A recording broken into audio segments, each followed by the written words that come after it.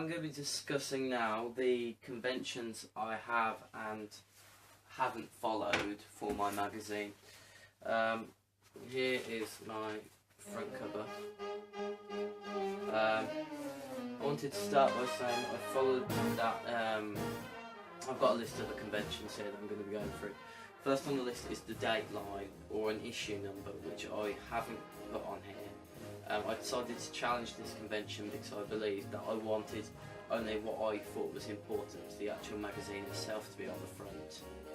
I left the issue date and I left the issue number and the date on the contents page. So I decided to keep it clear here so there was no so it didn't seem wasted, so everything here is important and needed. And I didn't think the date line, I thought the date line would just sort of ruin the effects that I've got on the magazine. The next is the image. I've decided to keep the image clear of the masthead simply because this is, for our magazine, it's a first issue of the magazine. So, well, if no one knows what our masthead is, what our company is, we don't want to just sort of get rid of that straight away. We want to introduce ourselves. Once we become more popular, then it'll be a better decision to get sort of like cover it a bit more, because then we can risk it, because people will see a bit of it and recognise it. But at the moment, this is a brand new magazine. People don't know it, so we want them to actually understand what our masthead is and to continue seeing it for weeks on end until eventually we become a popular magazine. For cover lines, I've decided to do 1, 2, 3, 4. I decided to only do 4 because I believed content-wise we didn't want to throw everything at them. We wanted to show them the best of what we have. So I put the best. I put our best stories on the front, including one that links directly with the main picture, which I've done in a different font and a different colour, so it sort of symbolises this is unique, they must be linked. And sort of like the colour goes with her hair, so I thought that would sort of link better. Yeah, I've kept the cover lines quite short because I didn't want to bore them or have them reading too much. I wanted them to be pulled in by sort of like this sort of unique magazine, because most magazines sort of attack you with colour, like there's too much. So like I've toned it down a bit. But some would say too much, and I've had comments that the colour scheme may be a bit dull, which in hindsight I can see. But my initial intention was to create a sort of classy jazz feel with a monochromatic scheme, and obviously leaving the model in colour to try and sort of make her stand out a bit more.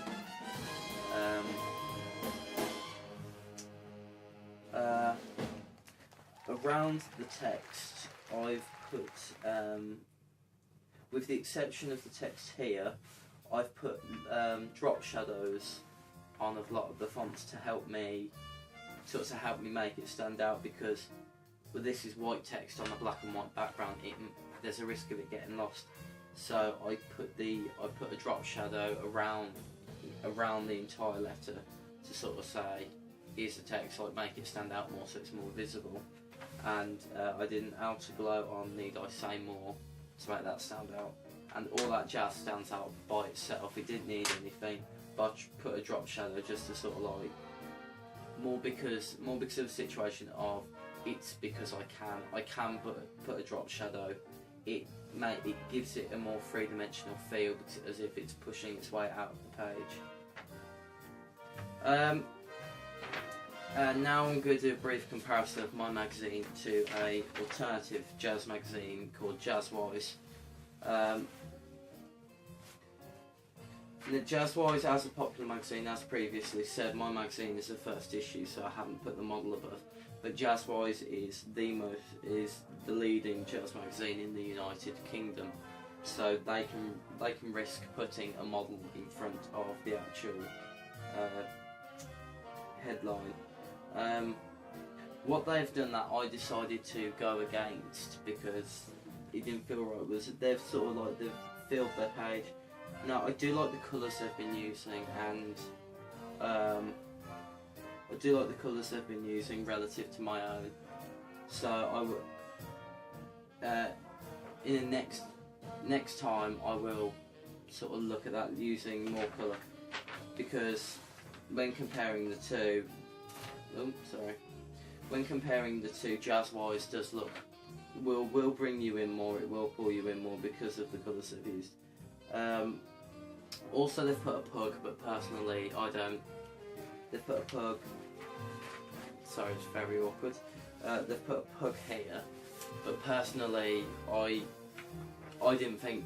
As I say, I'm trying to. My key demographic is 15 to 21 year olds, I think, and it's they're supposed to be like not bourgeois but classy, like new affluent worker to middle class, so they like this sort of stuff, and they don't mind reading. And I just thought a pug would sort of like, it was unnecessary. It would just get in the way, and it didn't look professional enough. Let's see. They've sort of used the colour scheme for their with their. They've used, similar to myself, they've used a colour scheme on the front cover, like with the orange, the black, and the white. The orange of these bags of whatever they are, the black and white suit, and they've managed to incorporate that into the cover lines, which I've also managed to do because I have black white suit, black white writing and background, and then I've got the sort of the hair, the colour of the hair matching that of the cover line, which also just so happens to match the masthead. Also similar, Jazzwise has placed their barcode in the bottom right corner, as have I, because that's sort of a dead space. Now I'm going to be talking about the contents page. What I've done for the contents page is I've kept similar to the front cover. I chose the brick wall pattern fading in simply because I thought it looked nice. It was a nice monochromatic sort of thing. I've done an editor's note. Well, let's start with the layout. The layout, I've managed to. Sorry, I just got to make sure you can see. Okay, that's better. The layout I've done, I've split it off into separate sections. I've got a small section for other stories, the less important stories. I've got a section here for one of our stories, one considered big or interesting or something the audience should look at, hence its size and how much space it takes up. Then I've got the main stories, the top stories.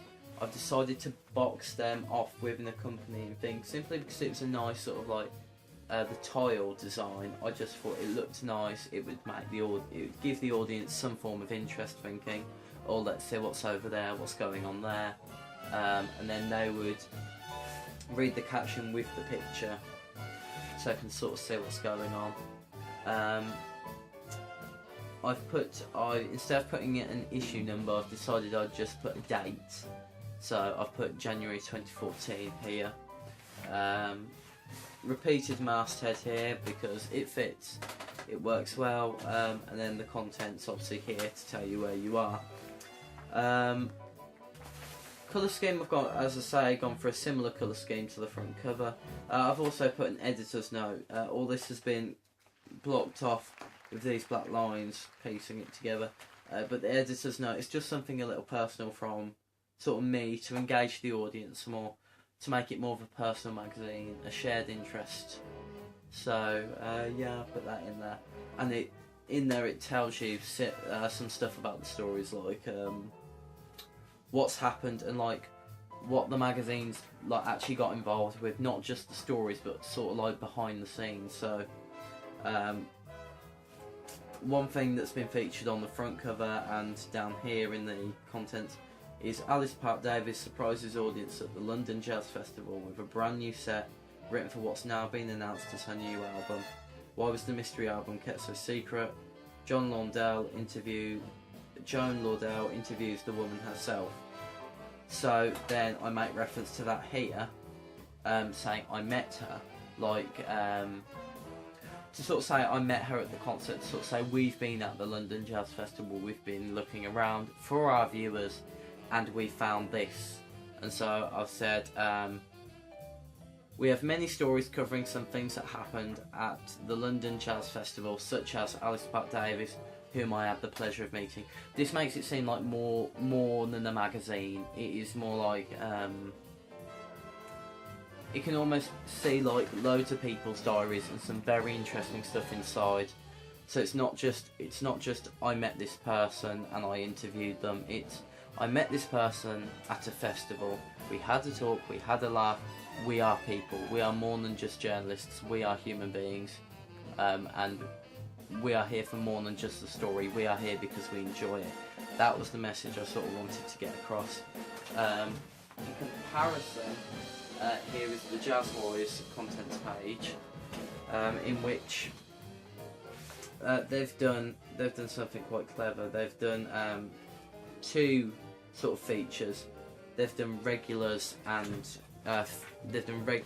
features, and this works well simply because they've got something continuous that people can always be sure they're going to look forward to, because it's always going to be their news, cover CD, all this sort of stuff, reviews, and this can reassure audiences that there's always going to be something there for them.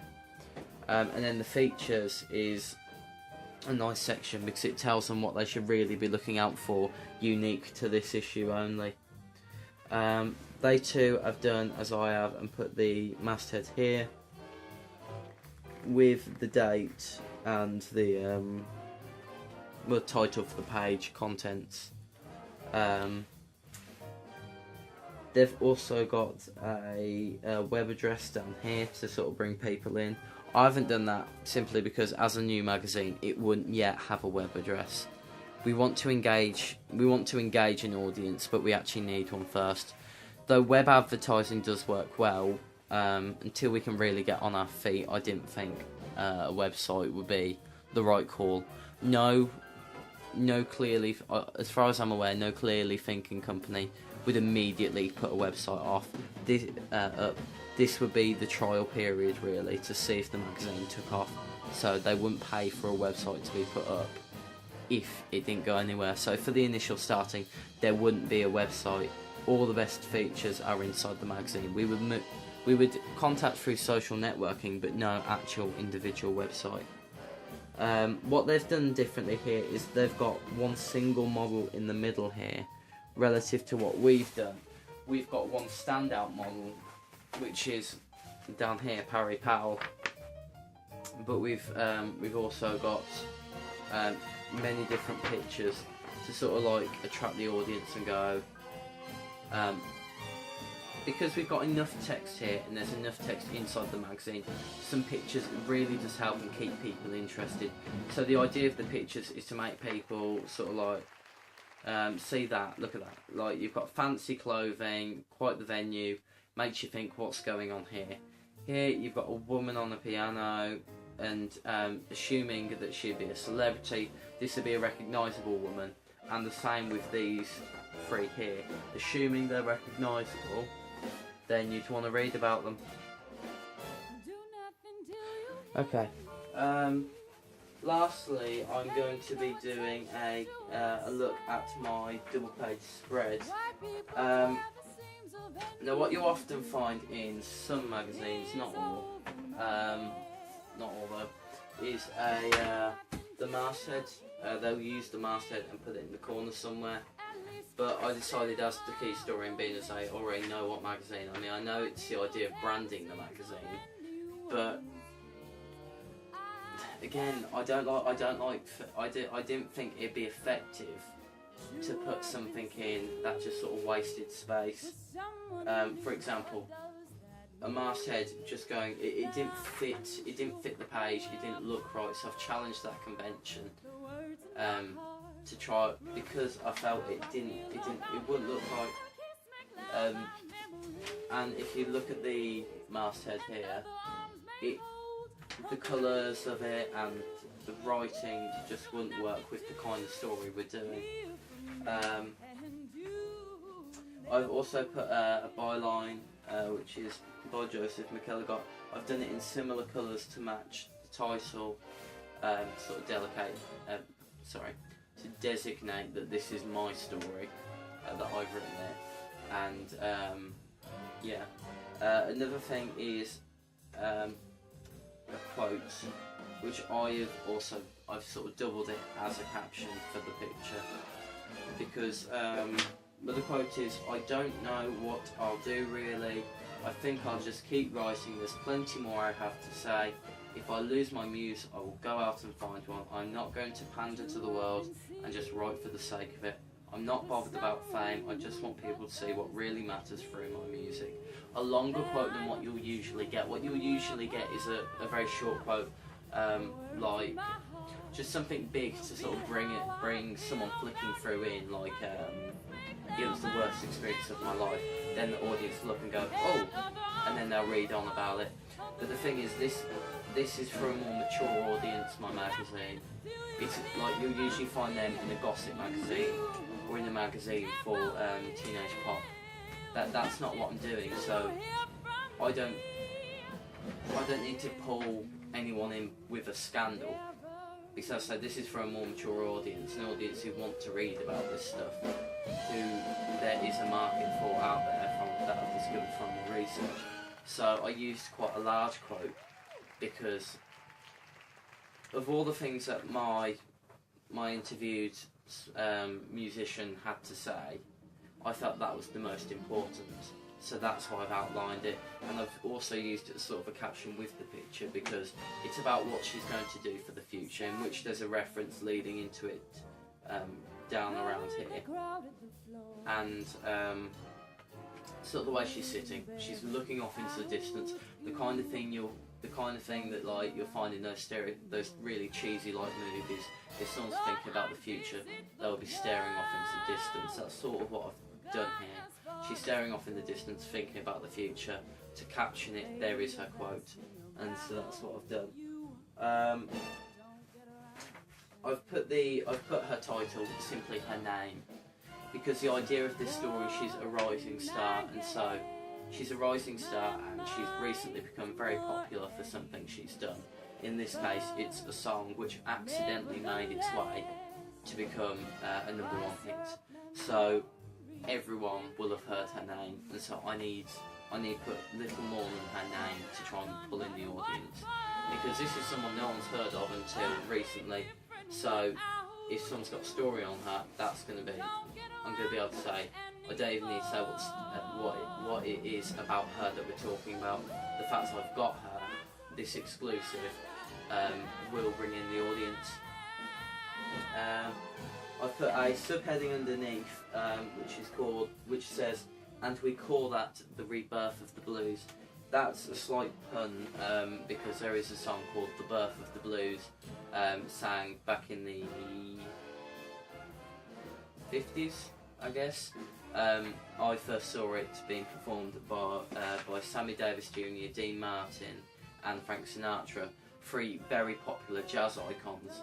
So I thought it'd be a nice pun to put that in there, because the point of the article is, I've already said she's a rising star, but the thing that makes it so special is she's brought back what's sometimes seen incorrectly as a dead genre. People say the blues is dead, it's gone, but there are still people performing and still people paying to watch this genre. So because she's made it popular and sort of brought it back to the top of the charts, I've put that title "Rebirth of the Blues" rather than "Birth of the Blues," because she's bringing it back. I haven't done the drop cap because that's more for the very styly magazines. They're very much there's magazines that are very much for like giving these very sort of intellectual stories. Even though this is for a more mature audience, it's still about the music industry. They're not looking for anything. I mean, a drop cap, I don't see really the point, and plus it takes up space that I do not have spare. I do, if you have just get a good look at that, there is no space left. I filled up that area with the quote, this whole area is text, then there's our model, there is no space unless I put it here, and it looks wrong, unordered, it's not columned, it won't be squared off.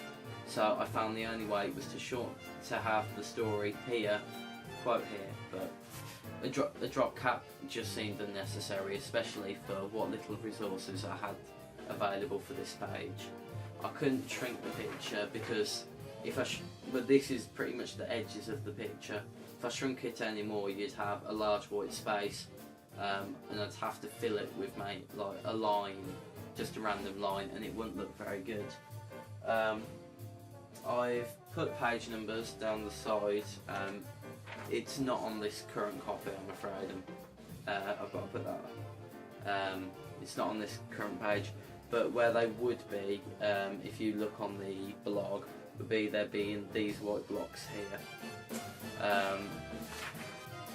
Oh, sorry. Unfortunately, due to some technological issue, I cannot get my Jazz Voice double page spread up.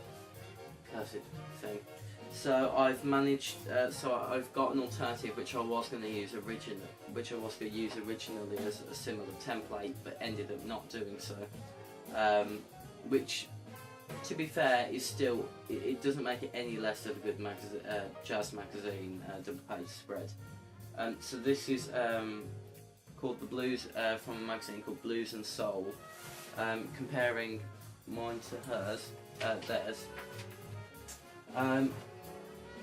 Well, on the...